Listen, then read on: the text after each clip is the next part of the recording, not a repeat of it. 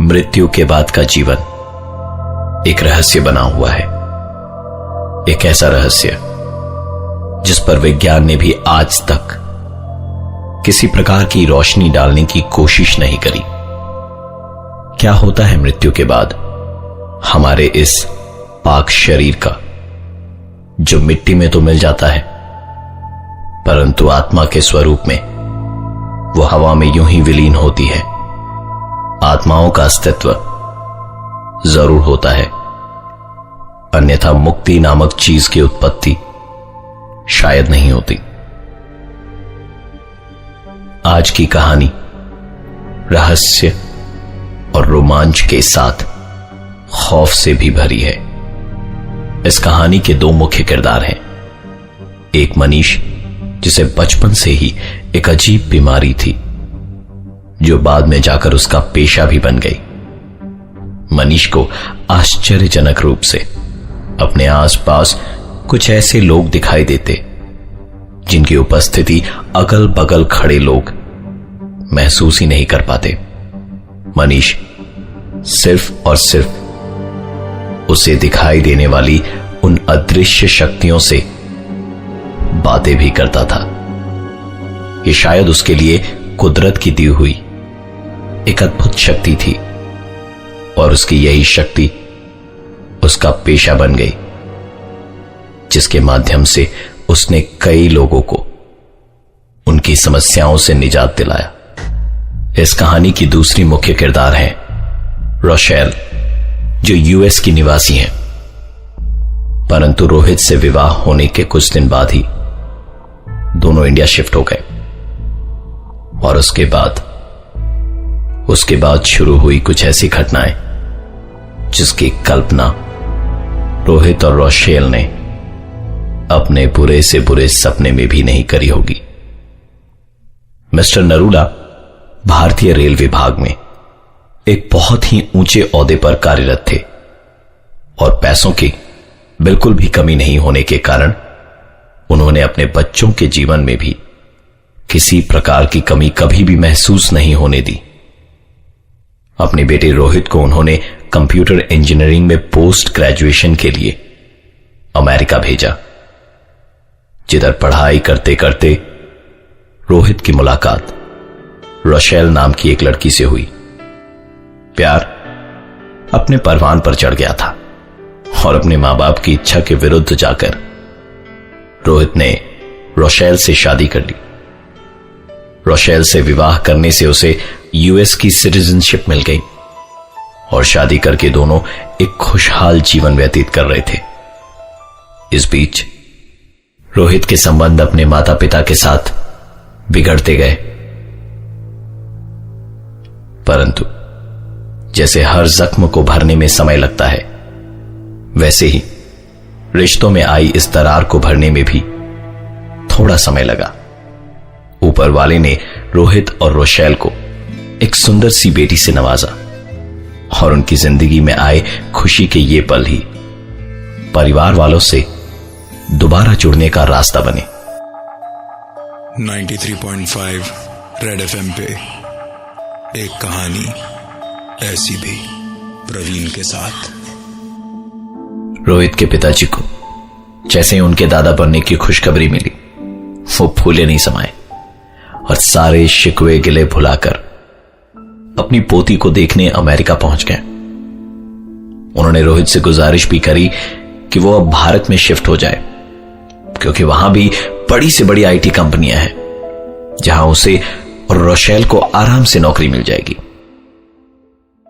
अपने पिता की कही हुई बातों पर अमल करते करते रोहित को 2 साल लग गए, परंतु देर आए दुरुस्त आए। इस बीच उनकी बेटी भी बड़ी हो गई थी, जिसका नाम उन्होंने अनीता रखा था। साल 2003 में रोहित सपरिवार इंडिया शिफ्ट हो गया, जिधर उसके पिताजी ने उनके रहने वास्ते एक अलग सा बंगला खरीद रखा था। रोहित और रोशेल को यह बंगला बहुत पसंद आया, क्योंकि इसकी खूबसूरती को 4 चांद लगा रहे थे। इसका समंदर के पास अवस्थित होना। इसी घर से शुरू हुआ कुछ ऐसी अजीबोगरीब घटनाओं का सिलसिला जिससे रोहित आज भी उबरने की कोशिश कर रहा है, क्योंकि उसने अपनी पत्नी रोशेल को मौत के मुंह में खुद को जानबूझकर धकेलते हुए देखा था। रात करीबन 1 बजे रोहित की आंख खुली तो उसने पाया कि उसकी पत्नी रोशेल वहां मौजूद नहीं है। वो उसे खोजता खोजता छत पर जा पहुंचा और ये देखकर उसकी आंखें फटी की फटी रह गईं कि रोशेल छत के किनारे पर खड़ी थी। अगर वो एक कदम भी आगे बढ़ाती तो सीधा मौत के मुंह में होती। रोहित धीरे धीरे दबे पांव उसके पीछे पहुंचा और पीछे पहुंचकर एक ही झटके में उसे अपनी ओर खींच लिया। रोशेल अजीब निगाहों से रोहित की ओर देख रही थी, मानो जैसे उसकी आंखों में कई सवाल छिपे हों। उसे कोई मालूमात नहीं थी कि वो रात के इस पहर छत पर अकेली कैसे पहुंची। रोशेल को लग रहा था शायद वो कोई सपना देख रही हो, परंतु जो कुछ भी वहां हो रहा था वो एक सच था, ना कि कोई तिलिस्म।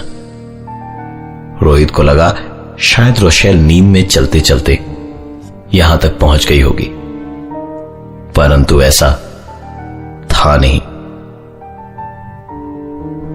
क्योंकि रोशेल को नींद में चलने की बीमारी तो थी ही नहीं। कुछ भी याद नहीं था उसे कि वो वहां कैसे पहुंची। थोड़े दिन में रोहित और रोशेल दोनों ही इस घटना के बारे में भूल चुके थे और एक बार फिर से सामान्य रूप से जीवन जी रहे थे कि तभी अचानक एक ऐसी घटना घटी जिससे रोहित अंदर तक सहम गया था और पढ़ा लिखा होने के बावजूद भी जीवन के उस पार के जीवन की बातों पर विश्वास करने लगा। 93.5 रेड एफएम पे एक कहानी ऐसी भी, प्रवीण के साथ। रोहित और रोशेल को भारत में शिफ्ट हुए करीबन 2 महीने हो चुके थे। रोहित के पिताजी मिस्टर नरूला ने उन्हें समंदर किनारे एक बंगला उपहार में दिया। एक दिन रात अचानक रोशेल कमरे से गायब थी और खोजने पर वो घर की छत पर एक किनारे पर मिली। रोशेल को खुद मालूम नहीं था कि वो वहां कैसे पहुंची और ना ही रोशेल को नींद में चलने की आदत थी। यह घटना आई गई हो गई, परंतु इस घटना के कुछ दिन बाद और एक घटना घटी जो अविश्वसनीय थी रोहित के लिए। उस दिन रोहित को घर आने में थोड़ी देर हो गई। रात करीबन 1 बजे जब वो घर पहुंचा तो घर का दरवाजा खुला पड़ा था। रोशेल इस तरह की गलती कभी नहीं कर सकती, इसका रोहित को यकीन था। इसलिए रात के इस वक्त घर का दरवाजा खुला होने से उसकी चिंता और भी बढ़ गई। घर के अंदर घुसते ही उसने अपनी पत्नी को आवाज लगाई, परंतु 4-5 बार आवाज लगाने के बाद में भी, बेडरूम की जांच करने के बाद भी रोशेल का कोई अता पता नहीं था। इसी बीच अजीब से सन्नाटे को चीरती हुई उसने अपनी बेटी अनीता की रोने की आवाज सुनी। यह आवाज अनीता के कमरे से आ रही थी।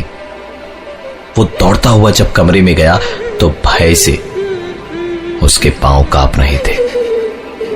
अनीता कमरे के एक किनारे में बैठी थी और रोशेल अपने चेहरे पर एक अजीब से मुस्कान और आंखों में क्रोध लिए अनीता को घूरे जा रही थी। पहली बार रोहित ने अपनी पत्नी रोशेल पर हाथ उठाया और अचानक ही सब कुछ मानो सामान्य सा हो गया। रोशेल को कोई होशो हवास नहीं था कि अब से कुछ देर पहले वो अपने ही बच्चे के साथ क्या कर रही थी। पर अनीता, उसे सब कुछ याद था, क्योंकि यह हादसा उसी के साथ हुआ था। अनीता ने रोहित अर्थात अपने पापा को बताया कि वो कमरे में सोई हुई थी। तभी अचानक किसी ने उसे बिस्तर से नीचे धक्का दे दिया और जब अनीता ने अपना होश संभाला तो पाया कि वो कोई और नहीं बल्कि उसकी मां ही है, जो उसे किसी अजीब सी भाषा में गुस्से से कुछ कह रही है। वो कभी रो रही थी और कभी अपने आप हंसने लग रही थी। अनीता ने बताया कि रोशेल अर्थात उसकी मां अपने बाल खोलकर जोर जोर से सर को घुमा रही थी और आज अगर उसके पापा टाइम पे नहीं आते तो शायद अनीता इस दुनिया में नहीं होती। अगले ही दिन रोहित ने अपनी बेटी अनीता को उसके दादा दादी के पास भेज दिया और जल्द से जल्द किसी मनोवैज्ञानिक से परामर्श लेने की सोची। उस दिन रात को जब रोहित की आंख खुली तो एक बार फिर से रोशेल अपने कमरे से गायब थी। पूरे घर में खोजबीन करने के बाद रोशेल फिर से अनीता के ही कमरे में मिली और इस बार वो टकटकी लगाए सीलिंग फैन की ओर देख रही थी। रोहित ने जब उसे जोर से झकझोड़ा तो रोशेल ने उसकी तरफ क्रोधित निगाहों से देखते हुए जोर से चिल्लाते हुए उसे उर्दू भाषा में अपशब्द कहने शुरू कर दिए। 93.5 रेड एफएम पे एक कहानी ऐसी भी, प्रवीण के साथ।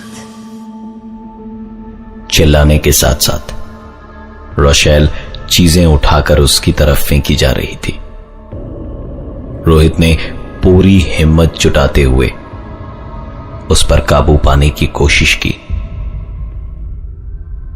धीरे धीरे वो शांत होती गई और रोहित ने बिना समय गवाए उसे हॉस्पिटल में भर्ती करवाया और सारे टेस्ट्स करवाए। टेस्ट्स के परिणाम सभी ठीक थे। डॉक्टर्स की समझ नहीं आ रहा था कि आखिरकार रोशेल को यहां लाया क्यों गया था, क्योंकि उसकी तबीयत तो बिल्कुल ठीक थी। रोहित से रोशेल की यह हालत देखी नहीं जा रही थी। अंततः उसने अपने पिता मिस्टर नरूला को सारी घटनाएं विस्तार से बताई और तब जाकर इस कहानी के और एक प्रमुख पात्र मनीष का नाम प्रकाश में आया।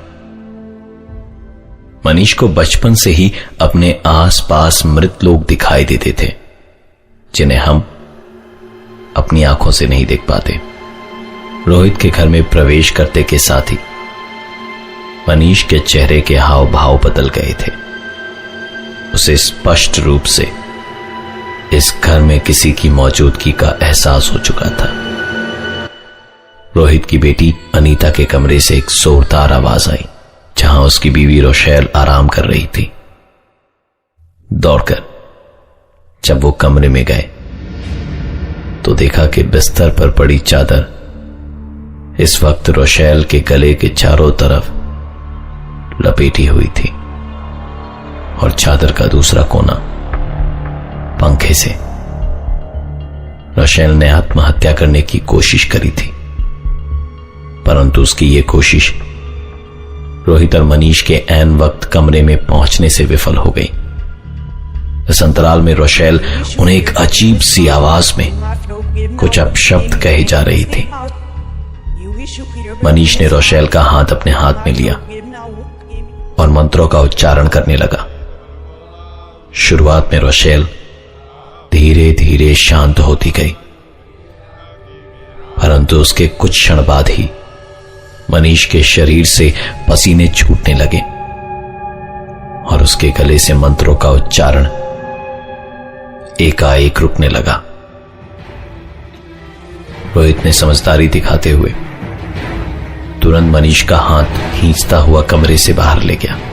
करीबन 1 घंटे के बाद जब उसे होश आया, उसने रोहित से कहा कि हमें किसी भी तरह रोशेल को उस कमरे से बाहर निकालना होगा। मनीष और रोहित एक बार फिर कमरे के अंदर गए और एक बार फिर शुरू हुआ सबकी आंखों के सामने। मनीष इस बार दिमागी तौर पर तैयार था, क्योंकि उसे जिंदगी और मौत का सिलसिला, उसने सीखी हुई सभी शिक्षा का उपयोग कर उस आत्मा पर काबू पाने की पूरी कोशिश करी और इस बार वो सक्षम भी हुआ। दोनों ने मिलकर रोशेल को जबरदस्ती उस घर से बाहर निकाला और आश्चर्यजनक रूप से घर से बाहर निकलते के साथ ही रोशेल की तबीयत में पूर्ण रूप से सुधार हो चुका था। आश्चर्यजनक बात तो वो थी जो मनीष ने बताई। उसने कहा कि इस घर के उस कमरे में इस घर के पुराने मालिक की बीवी ने अपने पति की बेवफाई के कारण उस पंखे से लटककर आत्महत्या करी थी और अपने पति की बेवफाई के कारण ही शायद वो उस कमरे में किसी भी महिला को नहीं देख सकती। आज रोशेल सही सलामत है, पर वो घर आज भी वीराना पड़ा है। अगर आपको आज की कहानी अच्छी लगी तो लाइक कीजिए और सब्सक्राइब कीजिए। मिलते हैं आप लोगों के साथ अगली वीडियो पे, तब तक के लिए बाय बाय।